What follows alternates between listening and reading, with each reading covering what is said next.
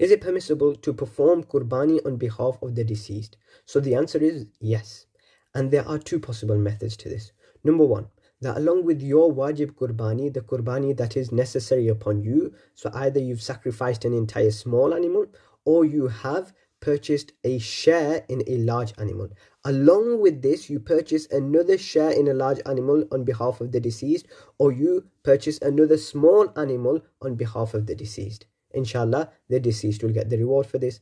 Method number two is that your wajib qurbani, you say, for example, me, Muhammad Salman, I am going to say that whatever reward I am going to get from this, I dedicate this reward for the deceased.